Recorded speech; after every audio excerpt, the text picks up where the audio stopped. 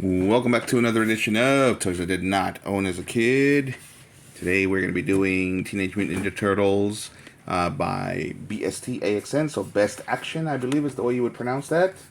And this is my very first group of Teenage Mutant Ninja Turtle toys. I have never owned any Teenage Mutant Ninja Turtle toys, and the reason why is because when they came out, I did not like the way they looked. They did not look like the cartoon, and that's going to be a common theme with the toys I did not own as a kid. Most of the times, there was something about them that I didn't like. And it usually had to do with not looking close enough to what the cartoon looked like. So that meant that's the reason why I didn't own any He-Man. That's the reason why I didn't own any Silverhawks. That's the reason why I didn't own any Thundercats, etc., etc., and most Transformers. So we are going to start with Leonardo. So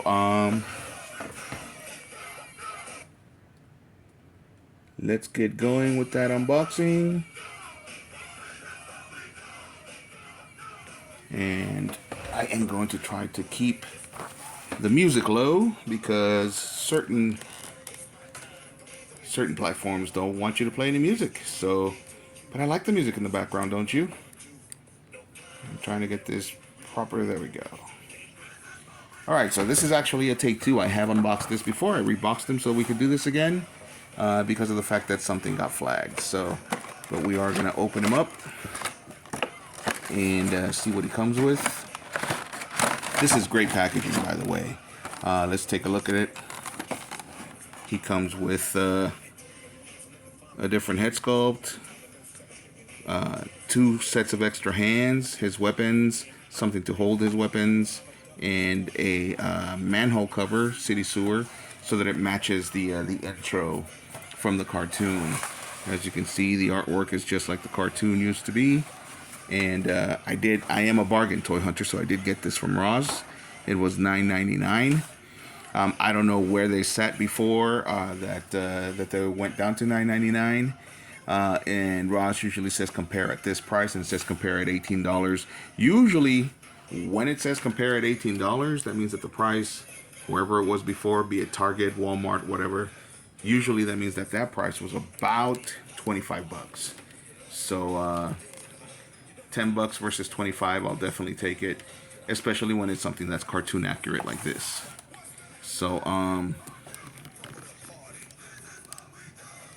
trying to get used to this format, guys, so please accept my apologies or bear with me while I get used to it. There we go.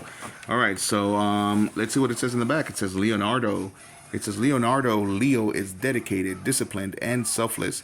He's a perfectionist with a strong moral sense. Because of his serious, responsible nature, Leo is like the big brother of the group, Splinter's right-hand turtle, and the leader of the team. Leonardo's weapon of choice, twin katana swords. And it shows you sculpt details. Yes, they are incredible sculpt details. I'm not going to lie. This is great. So let's take them out. This packaging is great because it's actually kind of like a lid. You just take this part off right here. Everything inside is loose. So you have to be very careful when you tilt it over because everything's just going to fall. And that's exactly what it did. So just like it says, incredible sculpt details. This is a great sculpt. As you can see, lots of great details. And of course, super articulated, just like I like. So let's see what he can do. He's got some butterfly articulation there so that he can hold his katanas at a great way. He can go up and down, of course. He can twist at the biceps. He bends at the elbows. And he bends a little at the wrist, and he twists at the wrists. And his head can look to the sides, of course. And he can look up, and he can look down just a bit. He's got he can twist at the thighs. He can bend at the knees, of course. He can bend at the ankles. And he can twist his foot left to right. That's going to be for the posing. He can do a little bit of waist swivel, and the same goes for the rib there. but the shell is keeping him from actually moving that much. So there we go. That's the articulation. Let's check out his weapons. These are not the kind of hands that are going to be able to hold the weapons. And he actually comes with this thing to hold the weapons in the back when he's not using them. But it does fall off a lot. It's going to keep falling off. But he goes on the back of the shell there. I don't like that there. I think it should be up here. It doesn't make sense because when you put in the swords, it basically hits his feet. Or runs the risk of hitting his feet. Maybe I put him in wrong the last time. But there we go. So when you need to store the weapons, there they are.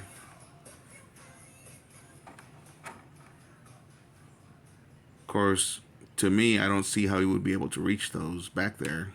He'd have to twist his arms pretty badly. Yeah. Okay, I guess it's possible. But anyway, let's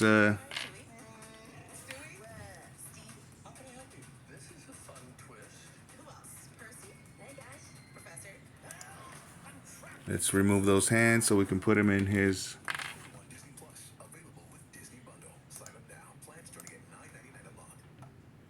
Sorry, I'm having computer issues back there. There we go. All right. I need the Kung Fu grip one. So he comes with fists. So he can punch his enemies. And there's the Kung Fu grip. So he comes with two that are weapon grip or Kung Fu grip, as I'm used to calling them. Because I have spun around the sun on this planet for 48 times, which means that's what we used to call them. Kung Fu grip. Come on. There you are. And just like I said, the holder fell off. So that's the only gripe I have, is that this thing keeps falling off. All right. And they fit perfectly in his hands. And they're a little flimsy. So if you're a kid and you're going to be playing with these, chances are you're probably going to bend them out of shape. Or they may even bend out of shape just in time because they're a little flimsy. I wish the katana blades were a little bit more sturdy. But he looks great. Just like this, he looks very menacing. Now let's put this head on him. So a little history on Teenage Mutant Ninja Turtles for anybody that doesn't know. They were created by Kevin Eastman and Peter Laird, two artists that met each other. I don't remember how they met. Ah, shoot, that fell under my table, so bear with me. I'll try to talk history while I get it. So I think they met through correspondence, but I'm not sure. There's a great documentary on Netflix called The Toys That Made Us that talks about this. But they met and they ended up moving in together and working on different things. They created a studio called Mirage Studios, and the reason why they called it Mirage Studios is because it was just their apartment. And so there was no real studio. It was just the Mirage, which was great. And one day they were just fooling around, doodling, and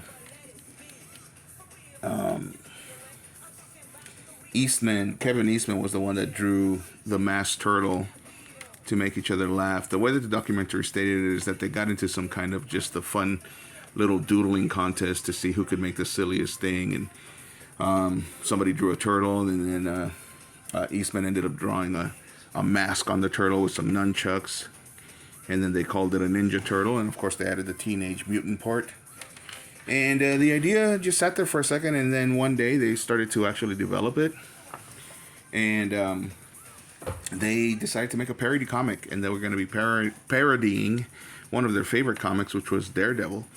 And that's where the ooze comes from, because Daredevil got his powers when some toxic waste fell on him off of a truck, and it blinded him as a child.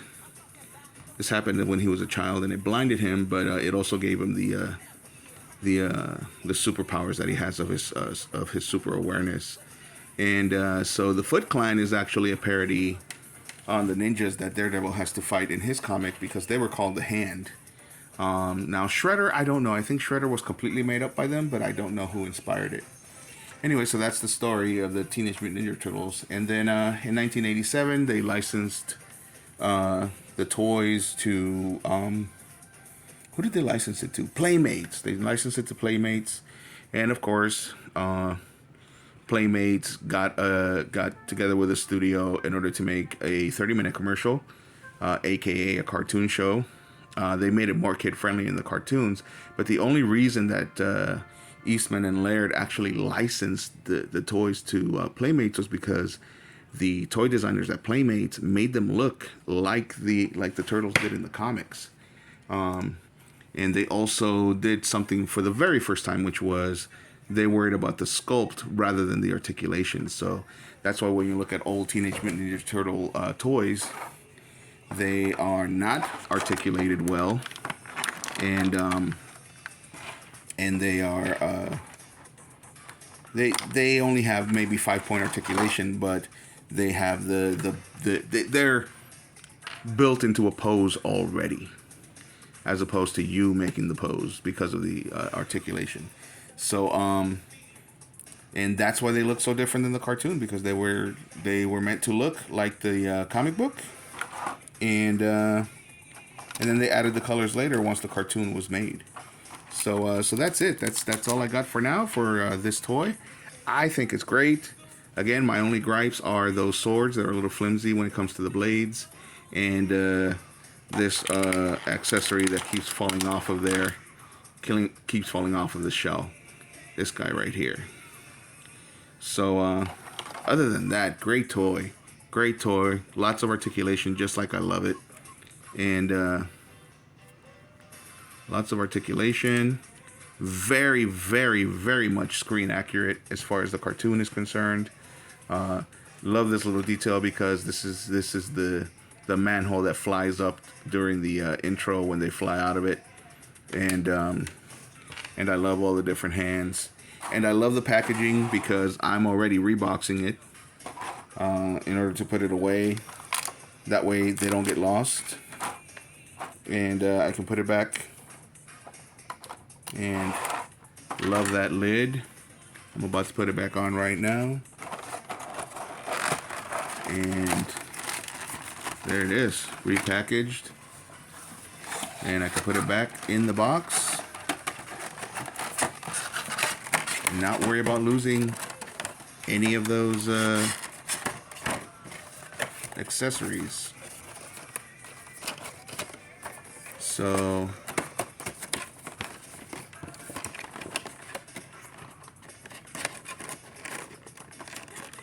that's it. Let me know what you guys think. I will close that later. I'm wasting time.